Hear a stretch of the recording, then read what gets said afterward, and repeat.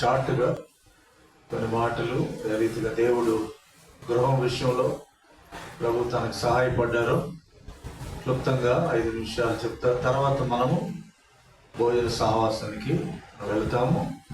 దయచేసి వెలుపల ఎవరైనా ఉంటే వచ్చి కూర్చోండి. ముందు లోపల కూర్చొని బయటికి వెళ్ళిన వాళ్ళు ఉంటే దయచేసి లోపలికి రండి. ప్రభు నామమును బట్టి అందరికీ వందనాలు. ఉదయకాల సమయం నుంచి మరి స్థలంలోకి చేరి వచ్చిన మీ అందరిని బట్టి ముఖ్యంగా నేను ఎంతగానో సంతోషిస్తున్నాను. ఎందుకంటే మీరు చూశారు గ్రూపులో, అంటే ఈ సమూహంలో మా బంధువు ఎవరు లేరు ఇక్కడ. మా బంధువులంటూ ఎవరు లేరు. అంతా ఆత్మీయ సహోదరులు, అంతా నాకు దేవుడిచ్చిన సహోదరులు.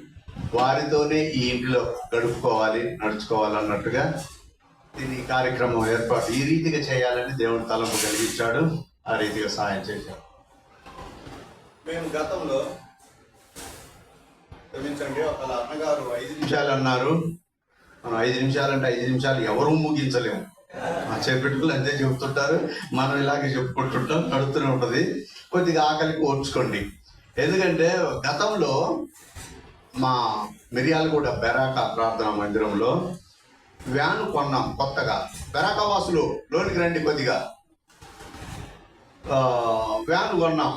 ఆ వ్యాను సరే మా సహోదరుడు పీటర్చారి గారి, మా సభ్యుడు ఆయన పీటర్చారి గారి పేరు మీద ఉంది. సరే ఆయన హెబ్రోన్లో కొద్దిగా బాధ్యతలు ఇస్తున్నారు కాబట్టి నా పేరు మీద ఉండటం పద్ధతి కాదు. కొద్దిగా మంచి జరుగుతుంది, చెడు జరుగుతుంది కాబట్టి ఆడ దీన్ని ట్రాన్స్ఫర్ చేపిద్దాం అని అంటే ఎవరు అని అంటే మేము ఒక బ్రదర్ని ఏర్పాటు చేసుకున్నాం. ఏ పేరు అన్న ఆయన పేరు ఈయన కృపారావు పేరు మీద ట్రాన్స్ఫర్ చేద్దామని అనుకున్నాం. కాదు, దాని మీద ఈఎంఐ కొద్దిగా పెండింగ్ ఉంది. దాన్ని క్లియర్ చేస్తేనే ట్రాన్స్ఫర్ అయిందంట. ఆ లెక్కన మేము అందరం కూర్చొని ఎంత ఉంది, పలానా అంత ఉంది, ఎంత వేసుకుందాం, మనం తలా ఇంత వేసుకుందాం అని ఒక 2500, అంతేనన్నా 2500 మనిషికి ఎంతని పడింది. మా వరకు, మగవాళ్ళ వరకు మేము అనుకున్న దాన్ని బట్టి. నేను తెల్లారి 2500 ఏర్పాటు చేసుకొని దాన్ని మడతపెట్టి ఇవి వ్యాను కోసం మందిరంలో నేను ఏర్పాటు చేయాలని అవి పెట్టుకొని 2500 మంచిగా ఉన్నాయని పరుపు కింద పెట్టి మళ్ళీ ఆ పరుపు మీద నేను పడుకొని ఎవడు దొబ్బపోకుండా పడుకొని వాటిని భద్రపరుచుకుంటున్నా. ఇట్లా ఆదివారం వచ్చింది. ఆ డబ్బులు తీసుకొని ఈరోజు మందిరంలో ఇద్దాం, వ్యాన్కి ఇవ్వాలి అని నేను అవి తీసుకొని పోవడం ఎవరు అడగలేక వాతావరణం కనపడలేదు. మరి నాకు కానీ ఇచ్చే వాళ్ళు ఇవ్వచ్చేమో కానీ నేనైతే నా దగ్గరికి అయితే రాలే ఆ వాయిస్. సర్లే మళ్ళీ వాటిని భద్రంగా తీసుకొచ్చి మళ్ళీ పరుపు కింద పెట్టి ఈరోజు మంగళవారం పోయినా మళ్ళీ అదే, శనివారం పోయినా అది, గురువారం పోయినా అది, మళ్ళీ ఆదివారం, ఇట్లా 4-5 వారాలు అయిపోయింది. ఇదే రిపీటెడ్గా జరుగుతుంది.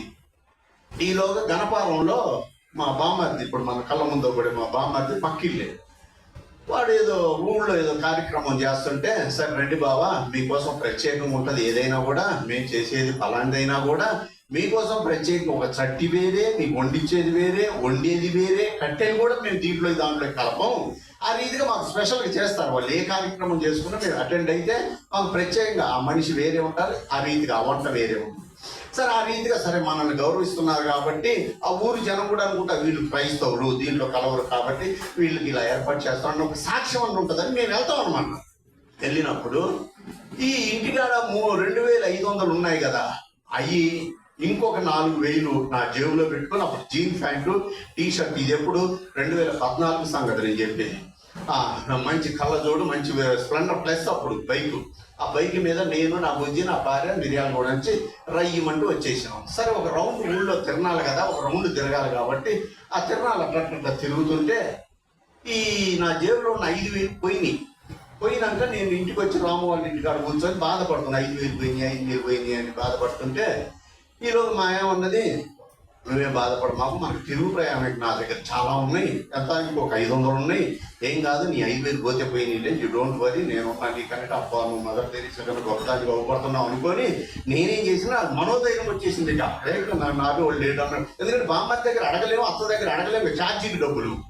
సర్లే అట్లా నేను ధైర్యంగా ఉన్నా. ఏమేం చేసింది, డబ్బులు అదే సమయానికి బాత్రూమ్ పోయింది. బాత్రూమ్ పోయి ఆమె నాకన్నా పిక్క మొహం పెట్టుకొని వచ్చింది. ఏం జరిగింది, వాట్ హ్యాపెండ్, ఇప్పటిదాకా నాకు ధైర్యం చెప్పినట్టు నా 500 కూడా పోయినాయి అన్నది.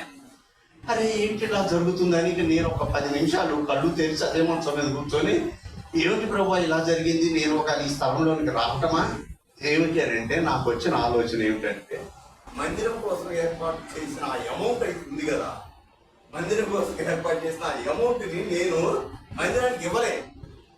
మందిరానికి ఇవ్వకుండా అంటే దేవుని ఇది దీనికి ఇవ్వకుండా నేను ఆ రీతిగా జేబులో పెట్టుకొని ఇద్దాంలే, చూద్దాంలే, చేద్దాంలే, ఆయన ఇవ్వలేదు కదా, ఏం ఇవ్వలేదు కదా అని నేను వాయిదాలు వేయటం, అయ్యి నా డబ్బులతో కలవటం, ఆ డబ్బులు ఈ డబ్బులు కలిసి పోవటం జరిగింది. అది నేను తెలుసుకొని నేను భయపడ్డా.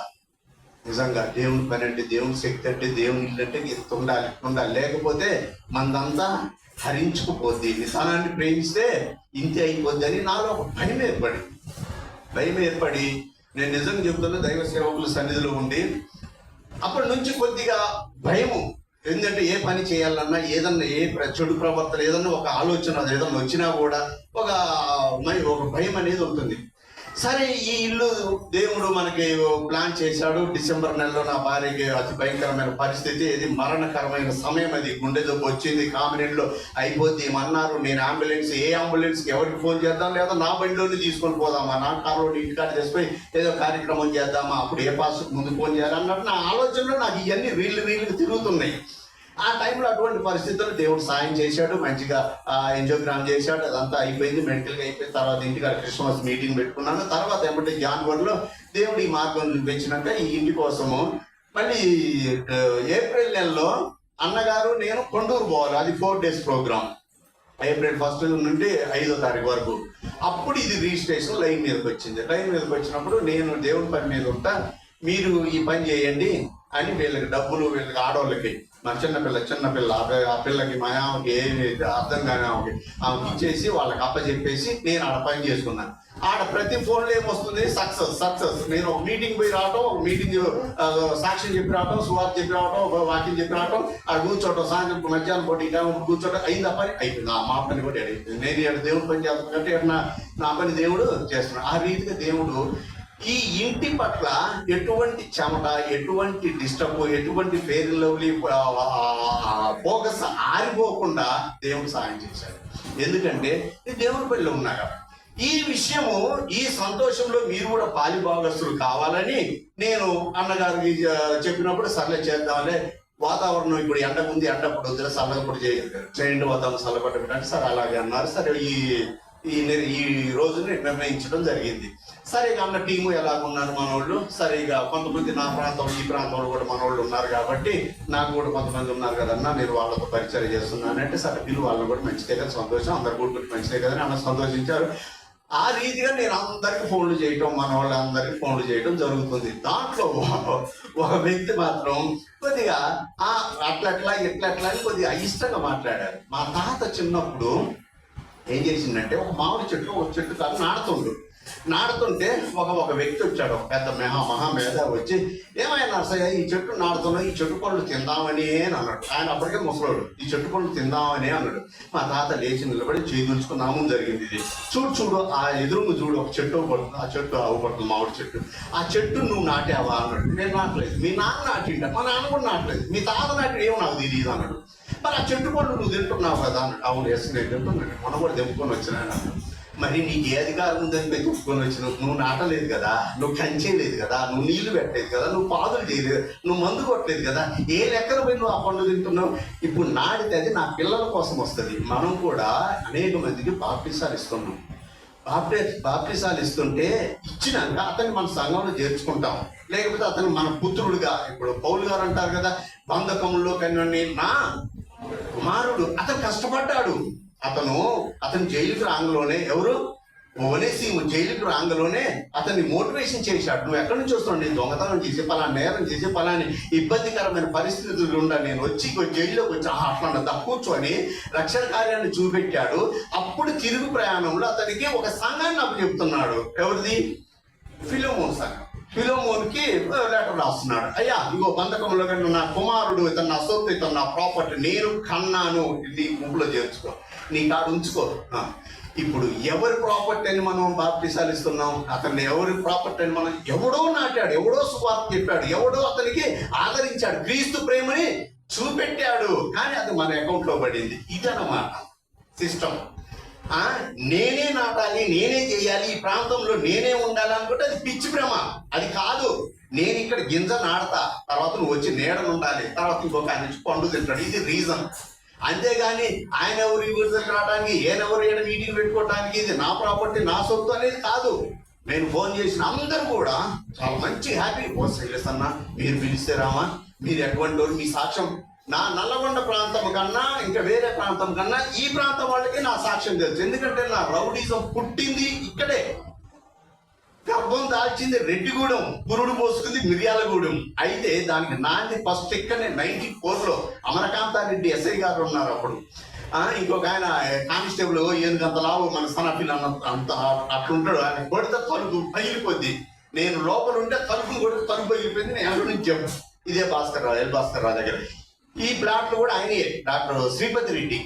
అటువంటి భయంకరమైన స్థలంలో దేవుడు మళ్ళీ ఏర్పాటు చేసుకుంటే దానికి సంతోషించాల్సింది పోయి కడుపులో మంట, కడుపులో బాధ ఇవన్నీ పెట్టుకుంటే ఒరిగొచ్చేది ఏమీ లేదు.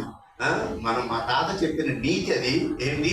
ఈ చెట్టు నా కోసం కాదు, ఈడ నేను సువార్త చెప్పేది నా కోసం కాదు, ఈడ దైవ సేవకులు పిలిచి బలపరిచేది నా కోసం కాదు, నా మేలు కోసం కాదు. ఎవరి కోసం? ఇక్కడ ఎవరైతే పరిచర్య చేస్తున్నారో ఈ ప్రాంతంలో వారి కోసమే. అంతేగాని ఇది మా ప్రాపర్టీ, నా ప్రాపర్టీ, నా కోసం, నా మేలు కోసం, నా కిరీటాలు తెచ్చి పెట్టడం కోసం కాదు. అందుకని ఇప్పుడు ఇదంతా మరి ఎందుకు చెబుతున్నావా? ఇదంతా ఎట్లా ఉంటుందంటే, బలిసిన కోడి అంటే చికెన్ సెంటర్ దగ్గర పోయి తొడగొడితే ఎట్లా ఉంటుంది? వాడు కట్ చేసి దాంట్లో వేస్తాడు. ఇప్పుడు అట్లాంటి చెప్పకుండా ఉంటామా? అహాబు చికెన్ సెంటర్ అనుకోండి, అహాబు రాజు, కత్తి ఉంది, కొరడా ఉంది, డాల్ ఉంది, కూర్చున్నాడు దర్జాగా. ఎలా ప్రాణాలు తీసే నరహంతకుడు. అతని దగ్గరికి వచ్చి ఒక వ్యక్తి నిలబడ్డాడు. నిలబడి ఇదంతా జరిగేది నీ కోసం పిచ్చోడా, అది ఇదని దేవుని మాటలు కుమ్మరించాల్సింది ఏదో కుమ్మరించేసాడు. అతను కష్టం వచ్చినా పర్వాలేదు, ఆ రీతిగా చెప్పాలి కాబట్టి దేవుడు అతను ప్రేరేపించాడు కాబట్టి ఆ రీతిగా చెప్పాడు. అందుకని ఇప్పుడు మనం అనుకునేది ఏంటంటే, ఇప్పుడు ఆయన ఎవరో తప్పు చేశాడు కదా, ఆయన ఎవరో అన్నారు కదా, ఆయనతో మాట్లాడుకోవచ్చు కదా. ఈ సభ ఏంటంటే, ఎవరో ఒక పిల్లగాడ రోడ్డు మీద పడ్డది, లేకపోతే బైక్ నుంచి ఒక పిల్లగాడు స్పీడ్ పోతూ పడ్డాడు. మన కొడుకు ఏం చెప్తాం?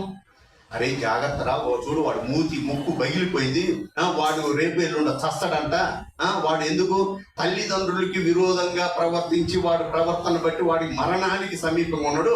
అటువంటి దారిలో నువ్వు పోమాకమ్మా, అటువంటి సెకలు నువ్వు చేయమాకమ్మా, నువ్వు భద్రంగా భద్రంగా ఉండు ఇలా అని వాడికి బుద్ధి చెబుతాడు. అలాగే డాడీ వాడు ఇంకే బాగుపడతాడు, వినకపోతే వాళ్ళలాగానే ఆగిపోతాడు.